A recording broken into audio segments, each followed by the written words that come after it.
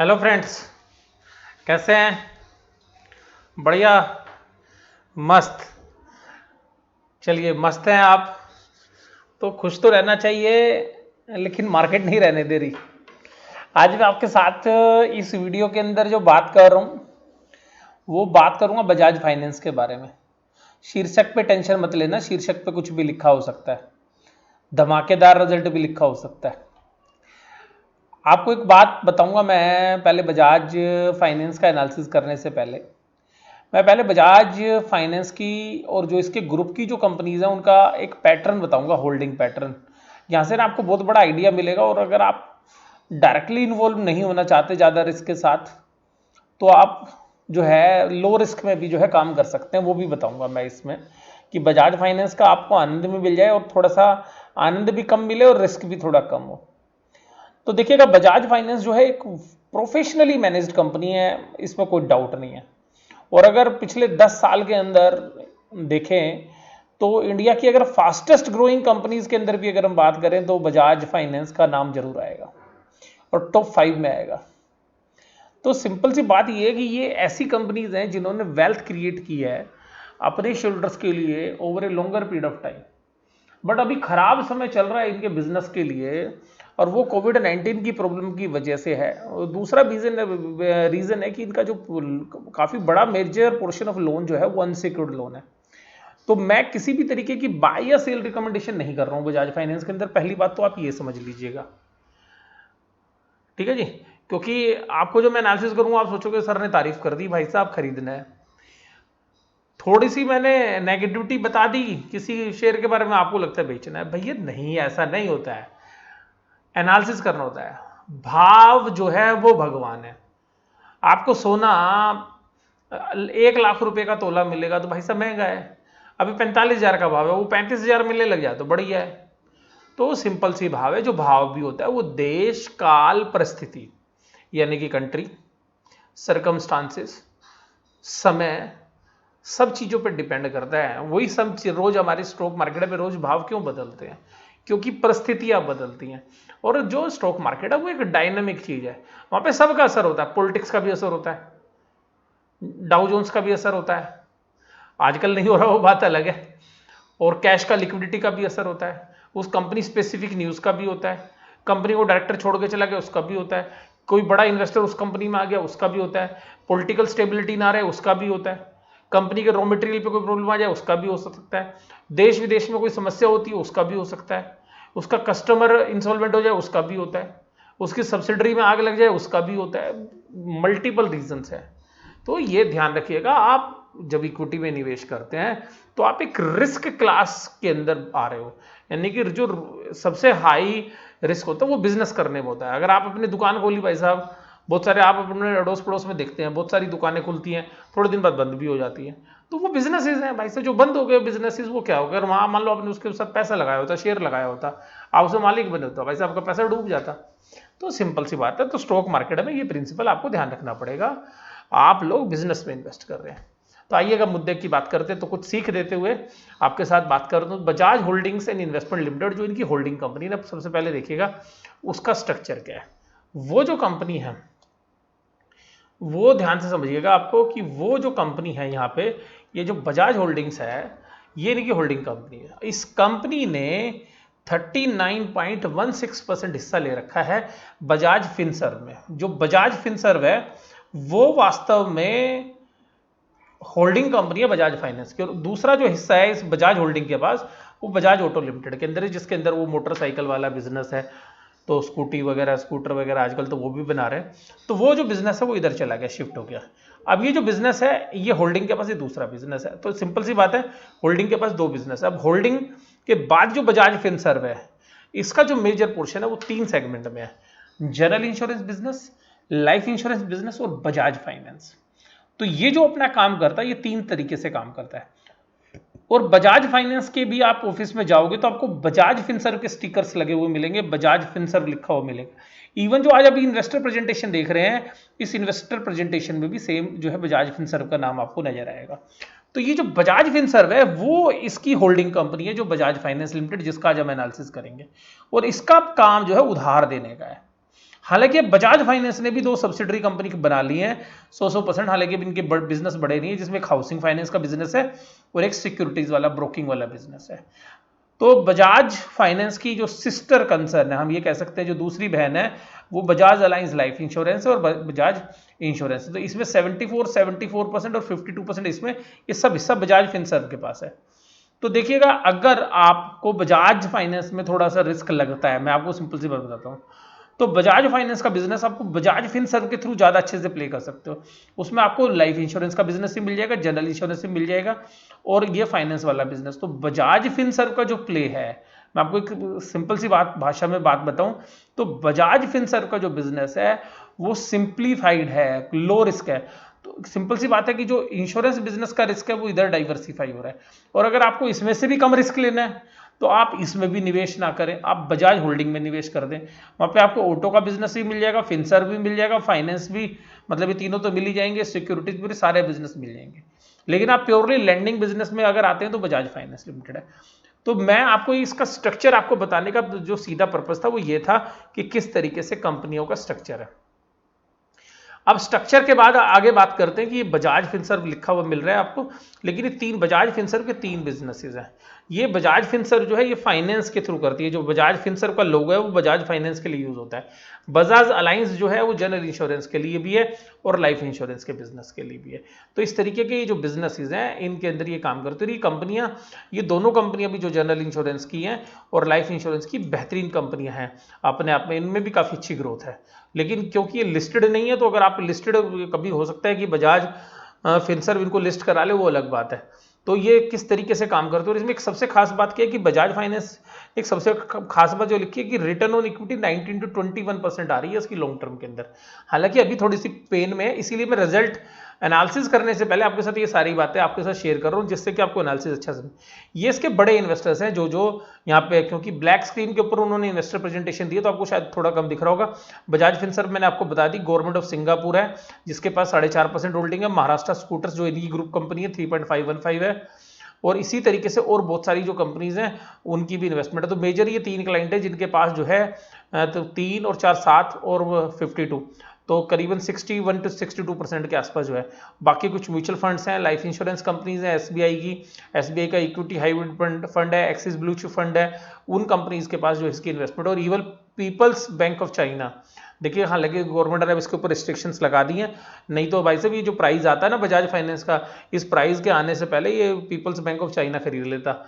लेकिन गवर्नमेंट ने इसके ऊपर जो है, आपको पता भी होगा, पीछे खबरों में भी रहे हैं ये चीज़ें, जब पीपल्स बैंक ऑफ चाइना ने जो एचडीएफसी के अंदर स्टेक खरीदा तो गवर्नमेंट ने रेगुलेशन बदल दी। तो देखिएगा असेट्स अंडर द मैनेजमेंट इनकी 45% की रेट से ग्रो करी है पिछले 12 साल के अंदर। इनकम फ्रॉम ऑपरेशन 41% की रेट से ग्रो करी है। नेट इंटरेस्ट इनकम 30% की रेट से, profit before tax 57%, profit after tax 58% की रेट से। तो ये जो ग्रोथ रेट है ये अपने आप में जबरदस्त है। लेकिन अब कंपनी थोड़ी प्रॉब्लम में आ रही है, जिसकी वजह से लोग जो है इसके शेयर से दूर होते जा रहे हैं, और जिसकी वजह से इसके प्राइस भी आपको नीचे होते हुए मिल रहे हैं।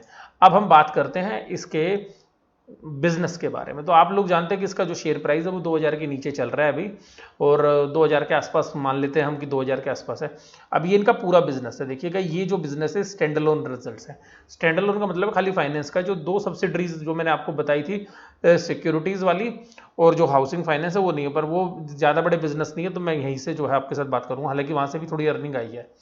अब देखिएगा ये जो रेवेन्यूज है, देखिएगा आप ध्यान से समझिएगा कि रिजल्ट्स देखते हैं। देखिए 31/3/2019 को ये रिजल्ट दिखा रहे थे 4273 की इंटरेस्ट इनकम दिखा रहे थे। उससे पिछले क्वार्टर में, यानी कि जो दिसंबर वाला क्वार्टर था 5485, ये ग्रोथ देखिएगा यहाँ पे। मैं हालांकि इससे कंपेयर नहीं करूंगा, मैं इसी से कंपेयर करूंगा। तो 4273 से 5485, जहां पूरे बिजनेस में ग्रोथ नहीं थी, इनके बिजनेस में ग्रोथ थी। और यहां पर भी देखिएगा ये जो ग्रोथ है, अगर आप किसी बैंकिंग कंपनी में भी देखेंगे तो इतनी ग्रोथ नहीं मिलेगी आपको, इवन एचडीएफसी में भी नहीं थी इतनी। तो यहां पे इंटरेस्ट इनकम के अंदर भी देखिए ग्रोथ दिख रही है। इसी तरीके से अगर टोटल इनकम में देखेंगे तो हालांकि म्यूटेड से जो है थोड़ी ग्रोथ है, लेकिन ईयर ऑन ईयर आपको ग्रोथ नजर आएगी। लेकिन फिर भी जो है 6511 करोड़ की जो है इनकम्स है, अदर इनकम का पोर्शन ना के बराबर ही होता है इनका, तो 65115, और ये देखिए खर्चे भी यहाँ बढ़ते नजर आए, और इसमें मुख्य कारण जो है खर्चों का वो ये देखिएगा इंपेयरमेंट लॉस। ये इंपेयरमेंट का मतलब क्या होता है, पहले इंपेयरमेंट शब्द का मतलब समझिएगा। इंपेयरमेंट का मतलब होता है घटियापन, लो क्वालिटी। अब ये जो इंपेयरमेंट ऑफ फाइनेंशियल इंस्ट्रूमेंट है, दूसरा क्या है, फाइनेंशियल इंस्ट्रूमेंट। ये फाइनेंशियल इंस्ट्रूमेंट्स जो चीज है, इसको समझिएगा, ये एक एक्चुअली अकाउंटिंग स्टैंडर्ड है जहां पर बताया गया है कि फाइनेंशियल इंस्ट्रूमेंट्स बहुत सारे जो इन्वेस्टमेंट्स हैं वो भी हैं, और आज की डेट में जो इन्होंने लोन बांटे हुए हैं वो भी फाइनेंशियल इंस्ट्रूमेंट की कैटेगरी में आते हैं, ध्यान रखिए। तो जिसको हम पहले ये कहते थे कि भाई सब लोन्स एंड एडवांस है, तो वो जो लोन्स एंड एडवांसेस आपने भी दिए हुए वो भी आपके फाइनेंशियल इंस्ट्रूमेंट है। तो इस फाइनेंशियल इंस्ट्रूमेंट्स के अंदर ये देखिएगा जो 816 करोड़ का प्रोविजन था पिछली बार, वो 1865 करोड़ का प्रोविजन हो गया। तो आप देखिएगा 1000 करोड़ से ऊपर का जो प्रोविजन है वो जो बढ़ा है उसने इसके पूरे के पूरे खर्चे बढ़ा दिए, और उसकी वजह से प्रॉफिट कम होता हुआ नजर आया। अगर उस 1000 को जोड़ लेते तो 2204 होते। तो ये देखिएगा कोविड-19 का जो प्रोविजन है वो 1000 करोड़ से ऊपर जो है यहां पर वो परेशानी क्रिएट कर रहा है। और अगर आप पिछले साल देखेंगे 31/3/2019 तक तो ये जीरो था, 400। इसका तो मतलब पिछले दिसंबर में भी डबल हुआ था, तो वहां से 1000 बढ़ गया। तो सिंपल सी बात है, अनसिक्योर्ड लोन होने की वजह से इस बिजनेस में इस रिस्क की वजह से देखिएगा ये जो चीज है, बाकी बिजनेस में कोई कमी नहीं आई है, शेयर प्राइस टूट रहा है इस रिस्क की वजह से, ये जो प्रोविजंस बढ़ते जा रहे हैं अनसिक्योर्ड लोन के अंदर। और मार्केट में कोविड-19 की प्रॉब्लम की वजह से ग्रोथ पे जो डेंट पड़ेगा वो तो है ही, और मार्केट में जो अनसर्टेनिटी है उसकी वजह से। अगर आपको लगता है कि कोविड-19 के बाद जो है सब कुछ सही हो जाएगा, तो भाई साहब शेयर बहुत बढ़िया है। और आपको लगता है कि बैड डेट्स नहीं होंगे, तो ये शेयर बहुत बढ़िया है। लेकिन अगर ये प्रॉब्लम सीवियर हो गई तो इस कंपनी को बहुत बड़ा डेंट पड़ सकता है। यहां पर देखिएगा ये प्रॉफिट 1204 है। तो अब मैं ये नहीं कह रहा कि रिजल्ट बहुत ही ज्यादा बढ़िया है, लेकिन रिजल्ट अगर कुल मिला के देखें, अगर कोविड-19 का प्रोविजन नहीं हुआ तो दोबारा से अच्छी रिटर्न्स दे सकता है ये शेयर, इसमें कोई डाउट नहीं है। लेकिन ये जो कोविड-19 की प्रॉब्लम है, जितना आप सिंपल समझ रहे हो उतनी है नहीं है। इसीलिए मार्केट के बड़े पार्टिसिपेंट्स को समझिएगा, स्पेशली इंडिया के अंदर, तो वो आपको बताएंगे कि जो बिजनेस में डील कर रहे हैं उन लोगों को पता चल रहा है कि प्रॉब्लम कितनी हो रही है। अब देखिएगा यहीं पे मैं आपसे बात करूं, ये जो ईपीएस घटी है इसकी, ये ईपीएस क्यों घटी है, और ये जो मैं आपको फाइनेंशियल इंस्ट्रूमेंट्स का इंपेयरमेंट बता रहा था ना, यहाँ पे जो अकाउंटिंग स्टैंडर्ड्स है ना वो ये कहते हैं कि जो आपकी रिलाइजेबल वैल्यू है वो आपने दिखानी है। अगर रेट ऑफ इंटरेस्ट भी बदल जाता है तब भी ये फाइनेंशियल इंस्ट्रूमेंट का प्रोविजन बनाना पड़ता है, ध्यान रख से समझ लीजिए। अगर आपको रिकवरी में प्रॉब्लम है तो बना नहीं है, अगर रेट ऑफ इंटरेस्ट भी चेंज हो जाता है, कम ज्यादा हो जाता है बाजार के भाव से, तब भी आपको प्रोविजन बनाना पड़ता है। तो ये जो स्ट्रिंजेंट प्रोविजंस हैं फाइनेंशियल इंस्ट्रूमेंट्स के अकाउंटिंग स्टैंडर्ड्स के अंदर, उसकी वजह से भी जो है यहाँ पे प्रोविजंस थोड़े से ज्यादा बन रहे हैं। ये पहले की जो कंपनियां होती थी आज से 4-5-7 साल पहले, तो अकाउंटिंग स्टैंडर्ड इस तरीके के नहीं होते थे, तो ये प्रोविजंस कम होता था, बनाती नहीं थी कंपनियां क्योंकि रिक्वायरमेंट भी नहीं थी। अब ये देखिएगा ईपीएस जो है करीबन कंसोलिडेटेड में 15 रुपए कुछ पैसे आ रही है, तो मैं 15 रुपए मान लेता हूँ। तो 15 इंटू 4 60 रुपए की ईपीएस है इस शेयर की आज भी इन प्राइजेस पर। मैं ये इसको नहीं ले रहा हूं आपकी जो साल भर में आई उसको भूल जाइए आप, फ्यूचर के अंदर 60 रुपए मान लीजिएगा अगर ऐसी हालत थी। लेकिन यहां पर भाई सब कोविड-19 तो था ही नहीं, कोविड लॉकडाउन तो 25 तारीख के बाद हुआ है। अगर ये सिमिलर अर्निंग आ रही है तब भी ये शेयर जो है 60 इंटू 3 1800 रुपए बनता है, अगर 60 की पे भी लगाएं तो ईपीएस पे। तो ये जो शेयर है अभी भी अबव 30 की ईपीएस पर चल रहा है। और अगर जो रिपोर्ट इन्होंने की, देखिए मैं इसको तो लूंगा नहीं, तो इसको भी अगर आप लगाओगे 80 रुपए 83 रुपए को, तब भी 27-28 की ईपीएस पर पी रेशो पर ये शेयर चल रहा है। तो देखिएगा सिंपल सी बात है, मार्केट के पार्टिसिपेंट्स को ये शेयर पसंद क्यों आता है। देखिए बिजनेस के अंदर इक्विटी में दो चीज होती है, एक तो रिटर्न कि आप कितनी कमा रहे हो, और एक है ग्रोथ। तो पी रेशो जो है उसके लिए ज्यादा भी लोग देने के लिए तैयार हो जाते हैं अगर उसके अंदर ग्रोथ बढ़ती जा रही है। यानी कि अगर वो बिजनेस 30% की रेट से ग्रो कर रहा है तो इसका मतलब 30% तो आपका बढ़ के ही आएगा। इसीलिए पी रेशो जो ग्रोथ वाली कंपनी उनकी 40-40 50-50 या 60-60 पी हो जाती है। या ऐसे बिजनेस है जहां पर ग्रोथ तो कम है लेकिन बिजनेस स्टेबल है, जैसे कि आप देखिएगा एचयूएल का बिजनेस है, ब्रिटेनिया का बिजनेस है, या फार्मा कंपनीज का कुछ का बिजनेस है, और कुछ आईटी कंपनीज का बिजनेस है। तो जहां स्टेबिलिटी है बिजनेस के अंदर, स्पेशली एचयूएल के बिजनेस में देखिए, या नेस्ले के बिजनेस में देखिए, या ब्रिटेनिया के बिजनेस में देखिए, तो वहां पे ग्रोथ कम भी होगी ना तब भी लोग उसको हाई पी रेशियो पर शेयर्स को ले लेंगे। क्यों ले लेंगे? क्योंकि रिस्क नहीं है भाई सब। देखो अभी कोविड-19 आ गया लेकिन उन कंपनीज को थोड़ी ना कोई फर्क ज्यादा पड़ रहा है, मैं ये नहीं कह रहा नहीं पड़ रहा, लेकिन लीस्ट इंपैक्टेड है वो। तो सिंपल सी बात यह है कि वैल्यूएशन वाइज जो है अभी भी ये कंपनी ऐसा नहीं है कि सस्ती है, लेकिन मैं आपको ये बात बताऊं, अगर आप इसमें प्ले नहीं करना चाहते, अगर आपको लगता है नहीं मुझको बजाज फाइनेंस ही लेना है, तो मुझे ऐसा लगता है बजाज फाइनेंस में भी इंतजार करना चाहिए, क्योंकि रिजल्ट जो है कोई ऐसा नहीं है सुपर डुपर है। तो सिंपल सी बात ये, पर अभी अगले जो 2 क्वार्टर हैं वो शायद पेनफुल होंगे, और जब ये 2 क्वार्टर के रिजल्ट आएंगे, अब मैं स्पेशली कहूंगा जून क्वार्टर के जो रिजल्ट आएंगे, तो जून क्वार्टर के जब रिजल्ट आएंगे तो आपको बहुत अच्छी कंपनियां बहुत अच्छे प्राइस पर मिलने की संभावना रहेगी। मैं इस बात से जो इनकार नहीं करता, और कोविड-19 की जो प्रॉब्लम जिस तरीके से सीवियर हो रही है, चीज़ें अनसर्टन हो रही हैं, वहाँ पर आपको अच्छे मौके मिल सकते हैं। तो ये जो रिजल्ट है वो गुड है, कोई दिक्कत नहीं है रिजल्ट में। प्रॉब्लम एक ही है, जो कोविड-19 का प्रोविजन बना है उसने इसके प्रॉफिट को सुहा कर दिया। दूसरी बात है अनसर्टनिटी। अगर आपको निश्चिंत है कि जो कुछ नहीं होने वाला, भाई साहब फिर तो आपको ये बहुत थ्रो अवे प्राइस पे मिल रहा है। लेकिन अगर प्रॉब्लम होगी आगे चल के, तो भाई साहब ये अभी और भी करेक्ट हो सकता है। आपको सीधा प्ले नहीं करना, थोड़ा कम रिस्क लेना चाहते हो, साथ में इंश्योरेंस बिजनेस भी लेना चाहते हो, बजाज फिनसर्व का शेयर है। आप कहते हो जी नहीं मैं तो ऑटो भी ले लेता हूं और साथ में मेरा रिस्क भी डाइवर्सिफाई और वैल्यूएशन भी सही हो जाए, तो बजाज होल्डिंग का शेयर जो है काफी डिस्काउंट पे मिल रहा है अगर इन सारे बिजनेस की बात करें तो फिर आप बजाज होल्डिंग का शेयर जो बहुत बढ़िया। लेकिन बजाज होल्डिंग चलता धीरे, ध्यान रखना होल्डिंग कंपनीज को जो है एक होल्डिंग कंपनी डिस्काउंट होता है, जिसकी वजह से वैल्यूएशन जो है वो मिलते तो बढ़िया है, लेकिन वो धीरे धीरे चलते हैं और ना एकदम गिरते हैं और ना एकदम जो है चढ़ते हैं। बजाज फाइनेंस देखिएगा आधा से भी कम हो गया है, लेकिन बजाज होल्डिंग का शेयर उतना नहीं गिरा होगा जितना ये गिर चुके हैं। इसी तरीके देखिए बजाज फिनसर्व के अंदर जो कम करेक्शन आई है, और इसी तरीके से बजाज फाइनेंस में ज़्यादा करेक्शन आई है। तो ये जो है थोड़ी सी तरीके हैं जो वो आपको प्ले कर सकते हैं। आपको सबसे ज़्यादा रिस्क लेना है बजाज फाइनेंस, सबसे ज़्यादा रिस्क सबसे ज़्यादा return, moderate risk moderate return, Bajaj Finserv का शेयर लेना चाहिए। Low risk low return higher safety, Bajaj holding का शेयर।